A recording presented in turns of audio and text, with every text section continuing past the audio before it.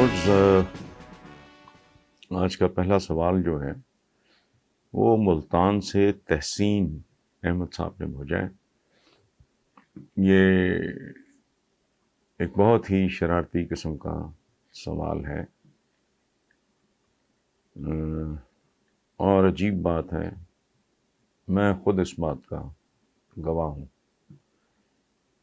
وہ کہتے ہیں جی کہ ایک خبر کے مطابق بے نظیر بھٹو کی پجیرو کے پائیدان پہ لٹک کر سیاست کا آغاز کرنے اور پھر صدر مملکت بننے والے فاروق لغاری کا صاحبزادہ دو روز قبل حمزہ شہباز کی پراڈو کے پائیدان پہ کھڑا نظر آیا۔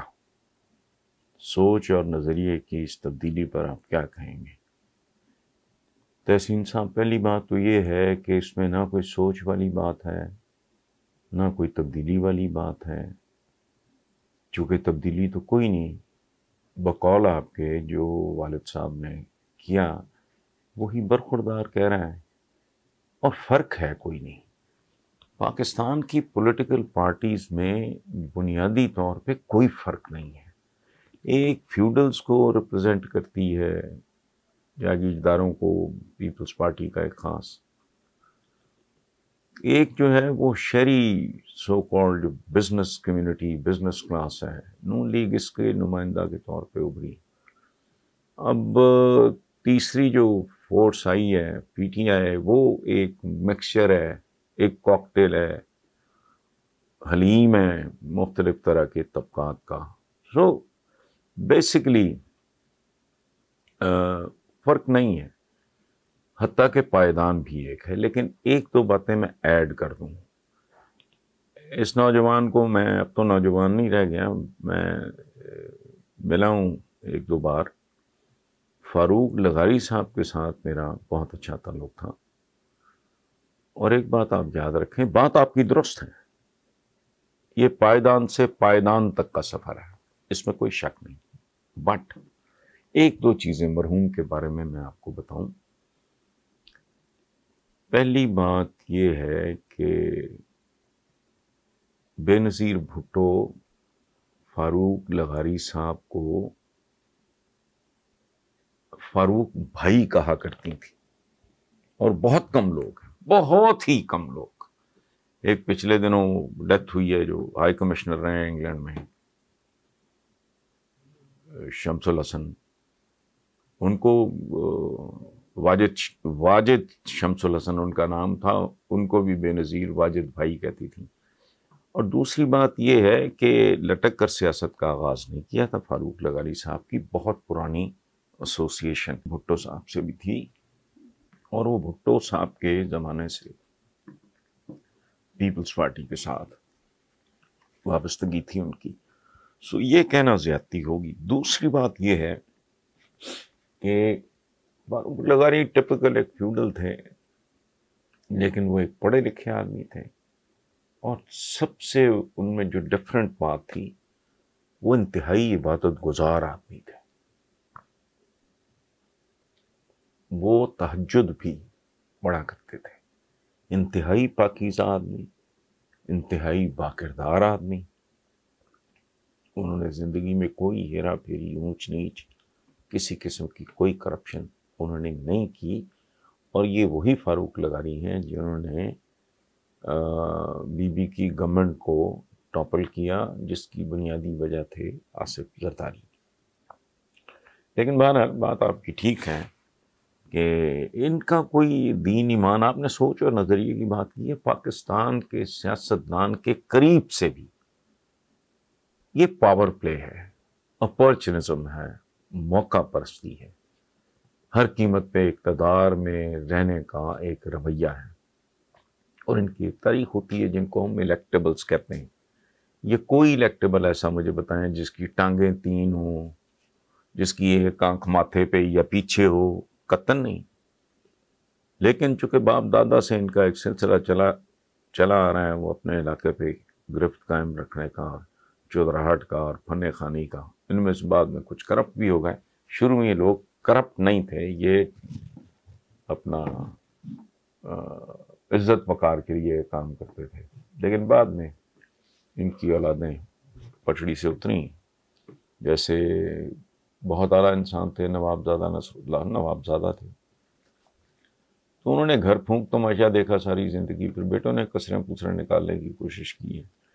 سو I don't know much about یہ ان کا جو بیٹا ہے فاروق لغاری مرحوم کا، لیکن بہرحال پائیدان سے پائیدان تک کی داستان ہے. چونکہ یہ پاکستانی سیاستدان 1 ہوگا کوئی جو واقعی اس ملک کی یا اس ملک کے عوام کی خدمت کرنے آتا ہوں، باقی سارا کیا کہتے ہیں جس کو کچرا ہی ہے. دوسرا سوال ہے جی چمن بارڈر کوئٹہ علی خان صاحب ہیں.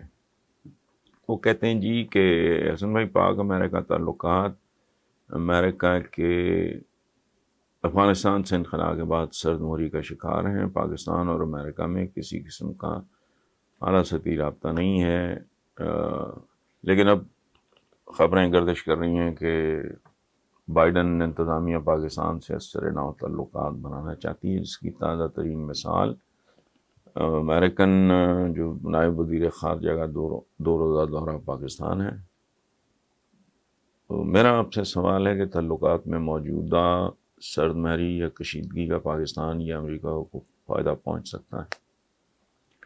دیکھیں میں ایک بات گزارش کروں کہ ہمیں بہت جلدی ہم نتیجوں پہ پہنچنا چاہتے ہیں، یہ نہیں ہوتا. یہ کوئی لیلا مجنوں شیری فرہاد ہیر رانجھا کا نہیں. ملکوں کے درمیان آپ پوری تاریخ اٹھا کے دیکھ لیں، پوری تاریخ. جب سوویت یونین نے نقب لگانے کی کوشش کی ہے افغانستان میں، اس سے پہلے امریکہ کے ساتھ ہمارے کیا تعلقات تھے، اس کے بعد پھر کیسے ہو. یہ اتنا اونچ نیچ آئی ہے، پیکس اینڈ ویلیز اتنی زیادہ ہیں امریکہ کے ساتھ تعلقات، اور ہمیں اس سے تھوڑا اوپر اٹھ جانا چاہیے اس اپروچ سے کہ جی سرد مہری یا کشیدگی کا فائدہ ہوگا نقصان ہوگا. یہ فائدے نقصان یہ بنیادی طور پہ اپنے مفادات کا کھیل ہوتا ہے، یا زیادہ سے زیادہ یوں کہہ لیں کہ میوچلی بینیفیشل. دو لوگ جب آپس میں کام کرتے ہیں، تجارت کرتے ہیں، لین دین کرتے ہیں، تو دونوں کو اپنا اپنا فائدہ عزیز ہوتا ہے، اور وہ فائدے کے لیے ہی وہ کرتے ہیں، میوچلی بینیفیشل دونوں کے لیے. اچھا سو ملکوں کے درمیان چونکہ وہ اونچ نیچ اور طرح کی ہوتی ہے، اب کہاں امریکہ جیسی سپر پاور، کہاں بیچارہ پاکستان جیسا ملک، لیکن پھر بھی کوشش ہوتی ہے زیادہ سے زیادہ ایک دوسرے سے. اور یہ ماڈرن ورلڈ ہے، اس میں آپ ایک دوسرے سے کٹ کے زندہ رہنا جو ہے نا یہ خاصا مشکل کام ہے. اصل ہم لوگوں کا فوکس پاکستانیز کے طور پہ اس بات پہ ہونا چاہیے کہ ہم زیادہ سے زیادہ خود کفالت کیسے حاصل کر سکتے ہیں، ہم خود زیادہ سے زیادہ مضبوط کیسے ہو سکتے ہیں. باقی ہر چیز ثانوی ہے، اہم ہے لیکن ثانوی ہے. بنیادی طور پہ اگر آپ کے اپنے پلے کچھ نہیں ہے تو وہ کہتے ہیں نا غریب کی جورو سب کی جورو جو ہے وہ سب کی بھابھی ہوتی ہے.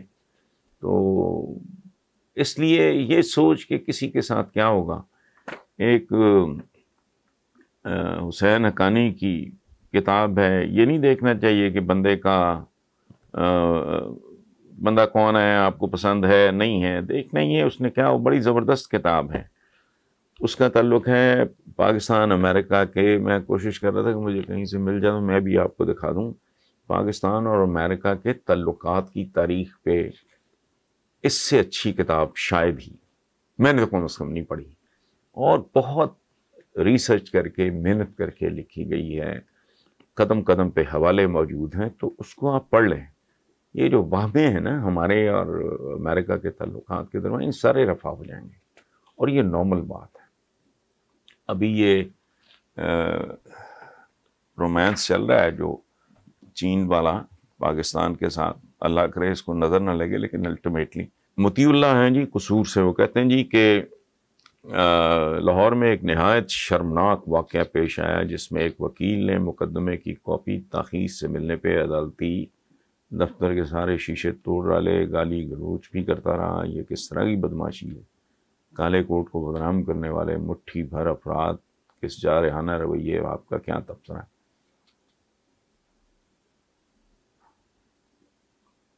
اس پہ متی اللہ صاحب کیا تبصرہ ہو سکتا ہے؟ دکھ، شرمندگی، ندامت، اپنے گھٹیا ہونے کا احساس، اور کیا ہے؟ یہ قانون کے رکھوالے ہیں، تو حال آپ دیکھ لو، آپ کے سامنے ہی ہے۔ اور وہ ویسے آج میں نے دیکھا ہے، یہ سوال آپ کا کل پرسوں سے آیا ہوا ہے، آج میں نے دیکھا ہے وہ بے شرم سا آدمی ہے، وہ حوالات کے پیچھے کھڑا ہے، کل باہر آ جائے گا پھر کوئی اسی طرح کی حرکت کرے گا۔ یہ ڈی این اے کا مسئلہ ہے، یہ مجبوری ہے، یہ ان کی روحوں میں گھسا ہوا ہے گند۔ ہمارے محاورے بھی اسی طرح کے، مثلا آپ اندازہ لگاؤ، وہ بندہ کو بندہ دیکھ لیا کرو، وہ بندہ کو بندہ کیا دیکھنا ہے؟ میرے ساتھ ایک بار ہوا، لائل پور جاتے ہوئے فیصل آباد، اوور سپیڈنگ، حالانکہ میں نہیں چلا رہا تھا، تو خیر پولیس نے پکڑا یہ وہ، ان کی نظر میں پیچھے بیٹھا تھا، مجھ پہ پڑی، تو وہ خیر کائنڈ آف دم بہت سویٹ، انہوں نے کہا جی یہ ہوگا وہ ہوگا، لیکن جتنا وہ جو بھی تھا پیسے ہم دیں گے۔ اتنا خوبصورت جسچر تھا، میں ہنس پڑا، میں نے کہا یار نیچے جہاں دودھ ہے کچھ نہیں، ورنہ اکٹھے بیٹھ کے چائے پیتے، تھینک یو ویری مچ، ہم بالکل کرو، غلطی ہے اس میں کیا؟ اچھا ادھر کیا ہے؟ وہ تینوں پتہ نہیں میں کون ہے؟ تو کون ہے؟ تجھے ماں نے نہیں جنا، تو درخت پہ اگا ہے، تینوں پتہ نہیں میں کون ہے؟ اچھا تجھے موت نہیں آنی، یا تو 3 مہینے بعد صحت مند پیدا ہو گیا؟ نہیں۔ تیرے دم نکلی ہوئی ہے، سر پہ سینگ ہے؟ نہیں، کچھ بھی نہیں ہے، چول سا آدمی ہے، تینوں پتہ نہیں میں کون ہے۔ بڑے بڑے سینئر بیوروکریٹس، میں نے ان کی زبانوں سے یہ جملے اپنے گناہگار کانوں سے سنے، میں حیران رہ جاتا ہوں۔ پھر جن سے میری ذرا قربت ہوتی ہے ان کو میں کہہ بھی دیتا ہوں کہ یار تم خود تو سارا کچھ مان رہے ہو، مثلاً کہیں گے کیا گو، وہ بس حسن بھائی 5-4 سال رہ گئے ہیں، 3-4 سال یا جتنے بھی، اس کے بعد ریٹائرمنٹ کے بعد ہمیں کس نے پوچھنا ہے؟ یعنی اندازہ لگائیں، پتہ بھی ہے کہ کسی نے نہیں پوچھنا یار، ہم بہت ہی گئے گزرے لوگ ہیں، اس میں کوئی شک نہیں، لیکن ہمارے ہاں آج بھی 15-20-25-30% لوگ ایسے ہیں جو احسان فراموش نہیں ہیں۔ آپ نے کسی کے ساتھ شفقت کی ہو، محبت کی ہو، اس کو آسانی دی ہو، اس کو سہارا دیا ہو، اس کو کوئی تحفظ دیا ہو، نہیں بھولتے لوگ۔ 70%، 60% اگر گندے بھی ہوں گے تو 30% تم چانس کیوں نہیں لیتے بھائی؟ بی کائنڈ، یہ تو راہ چلتے کی نیکی ہے، اس پہ لگتا کچھ نہیں۔ ایک بندہ آیا ہے، اگر اس کا مطالبہ جائز ہے اور وہ پریشان ہے، اس کو آسانی فراہم کر دو یار، اس کو عزت دو، اس کی دیکھ بھال کرو، اس کو ہیلپ کرو۔ راہ چلتے کی نیکی یہ ہے کہ مثلا میں اگر جا رہا ہوں مال کی طرف، تو مجھے کوئی آدمی اگر یہ ہاتھ دے کے کہے تو میں کہوں گا جی میں رکوں گا، تو میں کہوں گا جی، اور وہ مجھے کہے کہ جی آپ کدھر جا رہے ہیں، تو میں کہوں یار میں تو بالفرض سیکریٹریٹ جا رہا ہوں، اور مجھے الفلاح کے سامنے اتار دیں، یہ تو راہ چلتے کی نیکیوں میں تو جا ہی رہا ہوں، تو میں اس کو کیوں نہ فیسیلیٹیٹ کروں؟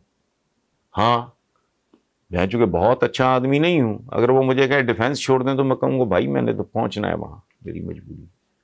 لیکن اگر وہ میرے رستے میں کہیں وہاں تک کی لفٹ مانگ رہا ہے، تو اتنا بھی نہیں اگر کوئی انسان کر سکتا تو پھر پتہ نہیں وہ کیا ہے۔ بہرحال اگلا کوشچن یہ ہیں جی، عمر خان مدینہ منورہ سعودی عربیہ سے، تو وہ چیئرمین نیب کی توسیع کے معاملے پہ اپوزیشن یہ اس طرح کی بات کر رہے ہیں، تو کیا خان صاحب کا یہ طرز عمل اور طریقہ کار درست ہے؟ یہ اگر ہر قانون کو صدارتی آرڈیننس کے ذریعے بنایا جائے گا تو پارلیمنٹ کس میں؟ دیکھیں بھائی میرے، بات غیر قانونی اور غیر آئینی نہیں ہونی چاہیے، نمبر 1۔ اور اگر ود ان دوز پیرامیٹرز کو گورنمنٹ اس کا ایڈوانٹیج لینا چاہ رہی ہے 100 دفعہ لے، کیوں نہ لے؟ اگر پروویژن ہے، اگر آپ بلڈوز ہی کر رہے ہیں، بالکل اندھا دھند کر رہے ہیں، تو آپ غلط کر رہے ہیں۔ وہ کوئی بھی کرے گا، میں یہی کہوں گا، وہ کوئی بھی کرے گا، ہاں، لیکن اگر کوئی پروویژن موجود ہے، اینڈ ٹاپ میں آپ کو بتاؤں، آج ہی ہے کسی کا اسٹیٹمنٹ، پتہ نہیں کتنے بلین وہ ریکور کر چکے ہیں۔ جاوید اقبال صاحب جو تھے یا ہیں، انہوں نے ڈلیور کیا ہے بھائی۔ اچھا، اگر کوئی سکم ہے اس ادارے کی، وہ کنسٹرکشن میں یا اس کے قوانین یا جو کچھ بھی اس کو کہتے ہیں، میں تو لا کا اسٹوڈنٹ نہیں رہا کبھی، تو بھائی ان کو دور کر لو۔ وہ بھی آج کے اخباروں میں ہے کہ بھائی وہ اس کو ان میں سے چند شکیں یا وٹ ایور وہ نکالی جا رہی ہیں، تو وہ ٹھیک کرو۔ آپ نے ضرور نیا پنگا لینا ہے، نیا تجربہ کرنا ہے۔ ایک آدمی جس نے ڈلیور کیا ہے، ان کے بارے میں کوئی 101 بات کرے، لیکن مالی طور پہ ان کا کیریکٹر ایسا ہے کہ کسی نے آج تک انگلی نہیں اٹھائی۔ باقی تکلیف تو ہوگی، جس کی دم پہ پاؤں رکھیں گے وہ تو چیخے گا۔ اب مجھے نہیں پتا کہ آئین اور قانون، ہاں آرڈیننس کا اگر پروویژن موجود ہے تو وائی ناٹ، وجہ غیر قانونی تو نہیں ہے نا، تو اس لیے یہ نہیں۔ اور ہمیں ان چیزوں کو ان لوگوں پہ چھوڑ دینا چاہیے، ہمارا فوکس کچھ اور ہونا چاہیے۔ یہ معاشرہ جہاں پہنچ گیا ہے، میرا آپ کا کنسرن تھوڑا مختلف بنتا ہے، لیکن بہرحال یہ بھی ٹھیک ہے۔ رانا عمیر صاحب ہیں جی گلبرگ لاہور سے، ان کا سوال ہے کہ پاک فوج کے اہم ترین شعبے ISI میں نئی تعیناتی ہوئی ہے اور لیفٹیننٹ جنرل ندیم انجم کو نیا ISI چیف مقرر کر دیا گیا ہے۔ میرا سوال ہے کہ سابق ISI چیف لیفٹیننٹ جنرل فیض حمید کا کام آپ کی نظر میں کیسا رہا، خاص طور پہ ان کا آخری دورہ کابل؟ دیکھیں رانا عمیر صاحب، میرا نہ فوجی بیک گراؤنڈ ہے، نہ میں معاملات کو حکم ان ہمارے یہاں پرابلم یہ ہے کہ کوئی بندہ کسی سے کوئی سوال پوچھ لے، اس نے جواب ضرور دینا ہے، تو اس کے لیے میرے پاس نہ وہ معلومات ہیں، نہ وہ ایکسپرٹیز ہے، نہ میرا وہ بیک گراؤنڈ ہے کہ میں اس پہ کوئی تبصرہ کر سکوں۔ ایک بنیادی بات ہے وہ کامن سینس کی۔ آپ نے خود کہا کہ پاک فوج کے اہم ترین شعبہ ISI میں نئی تعیناتی ہوئی ہے، تو بھائی یہ کوئی تحصیلدار، کوئی SP DSP کا آپ خود کہہ رہے ہو کہ پاک فوج کے اہم ترین شعبہ، تو جنرلی مجھے کوئی ایکسیپشنز ہوں گی تو میں نہیں جانتا، بٹ آپ خود کہہ رہے ہو کہ پاکستان کے سب سے ڈسپلنڈ ادارے اور فورس کے اہم ترین شعبہ میں، اچھا اگر وہ گئے ہیں اور جن ندیم انجم آئے ہیں، تو بھائی یہ اہم ترین شعبے میں اہم ترین اور ڈسپلنڈ ترین ادارہ جس کو بھیجے گا وہ ظاہر ہے کوئی راہ چلتا بندہ تو نہیں ہے نا، اور اندازہ نہیں ہے سویلینز کو کہ ایک بندہ جو جنرل انہیں تک پہنچتا ہے تو وہ جسے کہتے ہیں نا پل صراط پہ سے گزر کے پہنچتا ہے، یہ کوئی خالہ جی کا واڑہ نہیں ہے، وہ سیاستدان تھوڑی ہیں گلیوں میں دھکے پھاتے میرے تو 3 دفعہ وزیر اعظم بن گئے، اسی لیے ذلیل ہوتے ہیں، یہ ان کا کوئی آگا پیچھا ہوتا نہیں ہے۔ somebody who reaches that level، ہاں ٹھیک ہے وہ ایک آدھ جگہ پہ کچھ شاید ممکن ہے لوگوں کے فلوک لگ جاتے ہوں، بٹ جنرلی تو سوال نہیں پیدا ہوتا۔ میں جانتا ہوں کچھ کو بہت قریب سے، ان میں سے نہیں کسی کو، قطعاً نہیں، میرے بالکل چھوٹے بھائیوں کی طرح بہت میرا لاڈلا چہیتا جنرل عمر تھے، کور کمانڈر تھے منگلا کے، چلے گئے ہیں ملک سے باہر چکے، ان کی فیملی بہت پہلے، ان کے سارے بھائی، ان کی ایک ہی بہن تھی، وہ سال ہر سال ان کے جو بڑے بھائی سمدی صلاح الدین درانی، جنرل عمر درانی کے، وہ میرے قریبی ترین زندگی کے دوستوں میں سے، تو اس لیے میں جانتا ہوں جو جس طرح جن مراحل سے گزر کے ہی بیکیم اے جنرل. تو سمجھ آ جاتی یہ ہوئے تو وزیر وزور یہ للے فتح سے اس طرح نہیں ہوتا. سو آپ خود کہہ رہے ہیں کہ فوج کے عام ترین شعبہ، تو عام ترین شعبہ کا سربراہ تو ظاہر ہے وہ بھی ٹھیک ہوں گے، یہ بھی بہت ٹھیک ہوں گے ڈیفینیٹلی. لیکن میں نے جو عرض کیا ہے نا کہ میرا بیک گراؤنڈ نہیں ہے، نہ میری ایکسپرٹیز، نہ کوئی انفارمیشن یہ فلانا، تو نہ میں نے زندگی میں رپورٹنگ کی ہے، نہ میرا کوئی اس طرح کا کوئی ایکسپوئر ہے. So I don't qualify to basically answer your question. ہاں، کامن سینس کی بات میں نے عرض کر